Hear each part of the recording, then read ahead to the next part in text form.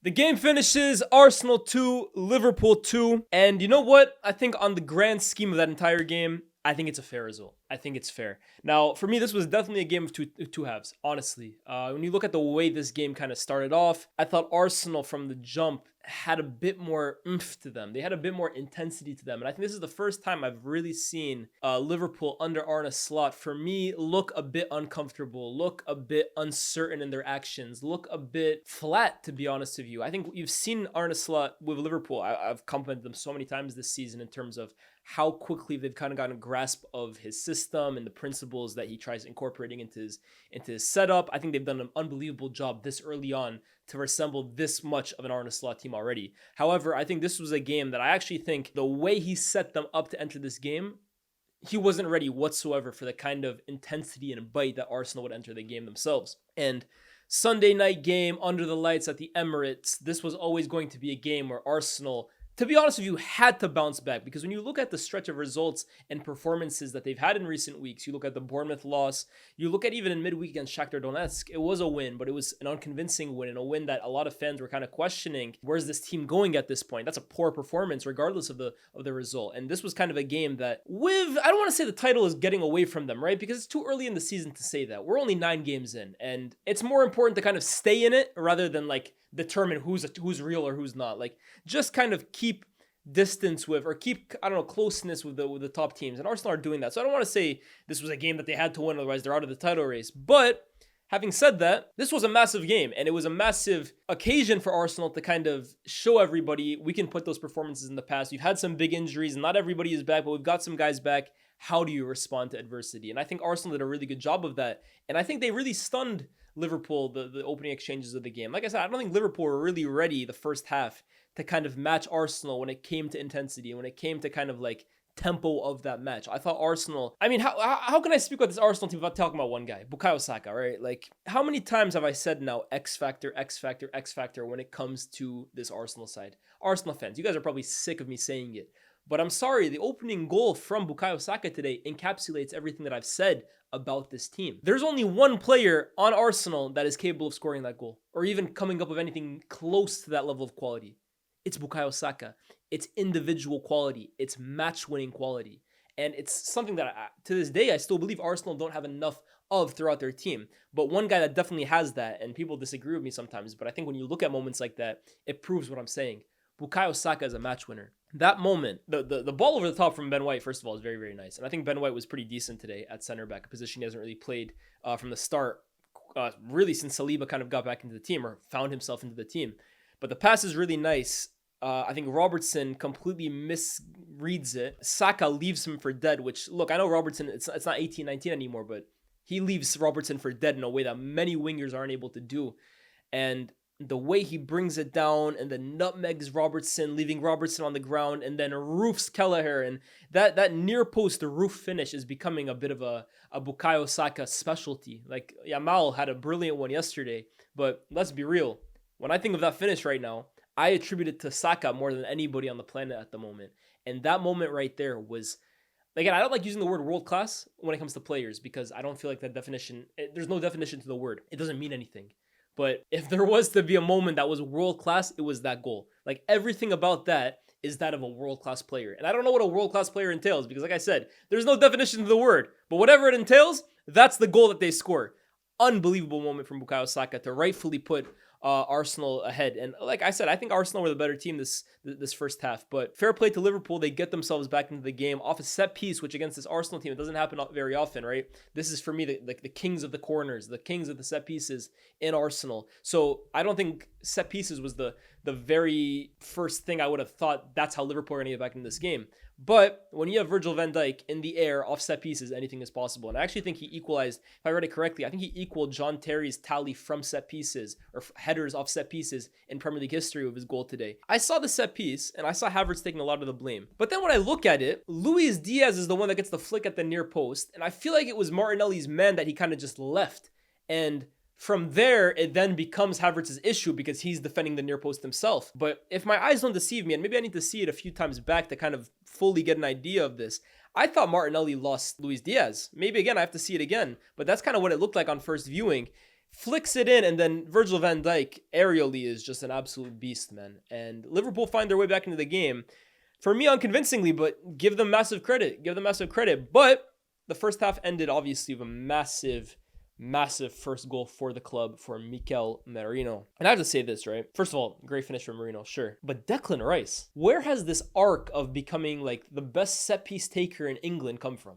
Because, look, I know he can strike a ball pretty well. He's got good technique in terms of the way he hits the ball with his foot. And last year, I know he took a lot of corners. But the quality of this guy's deliveries, especially this season, I feel, has just gone up another level. And that cross from the free kick to Mikel Merino, since he joined Arsenal, I tweeted it. He looks like Seb Larsson, if you guys remember him from Sunderland and Birmingham. That's what he looks like these days, man. The whip that this guy generates for that free kick. And I know it goes to VAR. It was very, very close. I think it comes down to Virgil van Dijk's big toe, to be honest with you. That's what keeps Mikel Merino on side. And it's a brilliant finish for his first Arsenal goal, like I said. But Declan Rice, man. I want to give a shout out to Declan Rice as well, too, because I do think the last few weeks, I think he's really struggled for Arsenal. I think it's gone under the radar, but in this role where Partey plays as the 6 and Declan Rice is almost playing in the half spaces, receiving with his back to goal and like expected to turn on the half.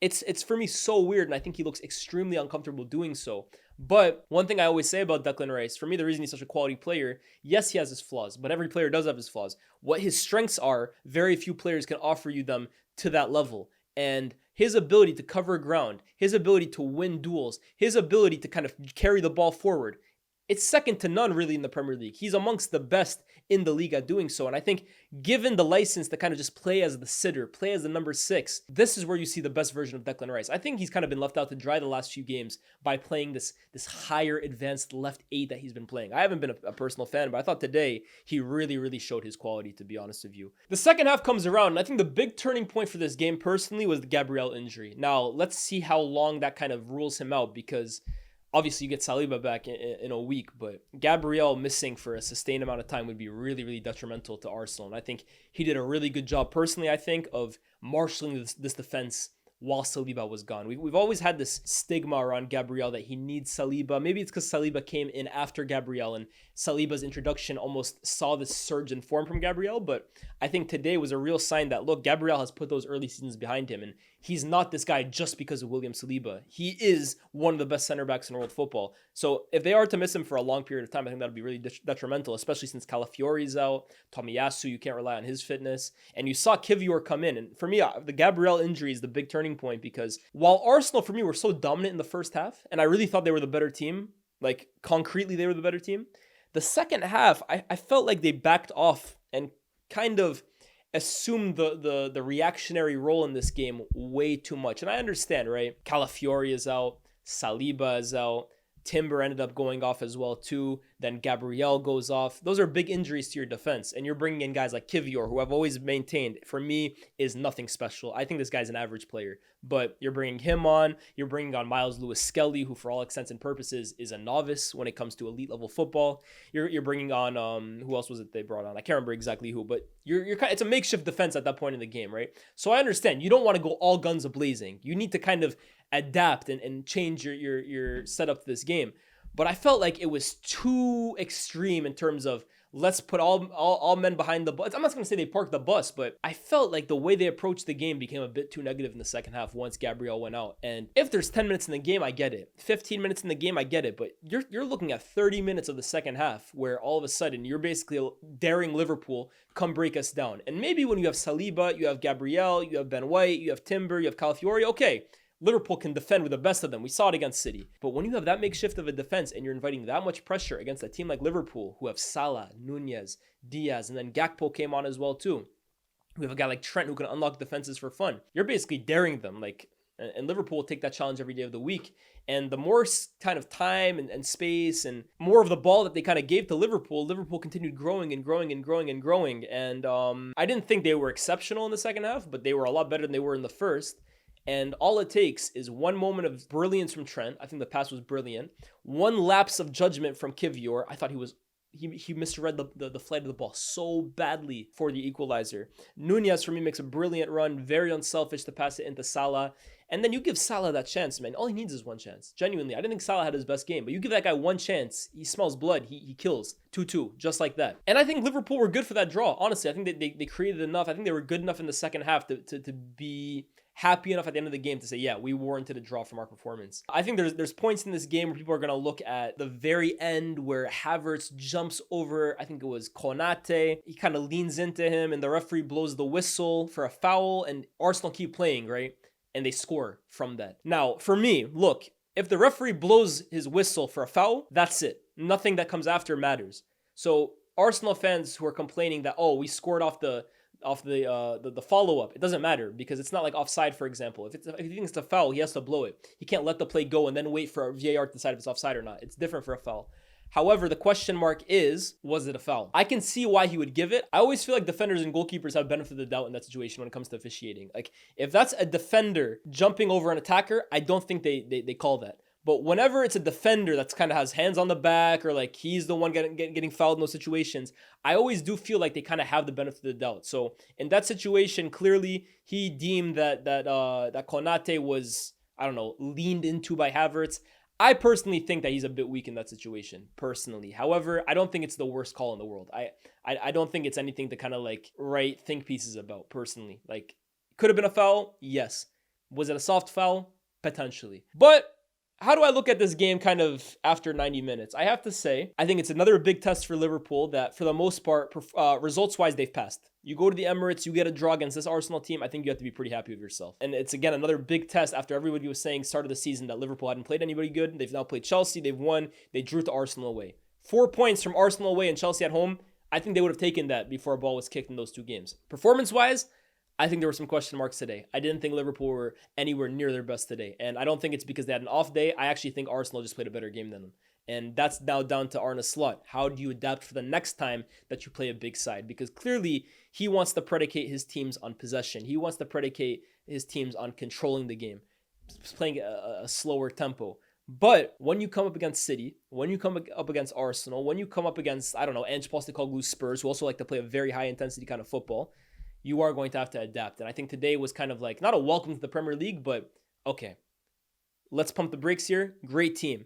But against opposition like this, we need to see a different side of Liverpool. And as for Arsenal, look, I think it's a good bounce back. I think they'll be disappointed not to get all 3 points because when you look at the context of the entire season, it's now a few games now where Arsenal have dropped a few sloppy points. However, I think they were the better team for more of this game than Liverpool were. I think it's a good bounce back from a few poor results. And I think it's good to see Bukayo Saka back for them as well, too. Who's happier with the result?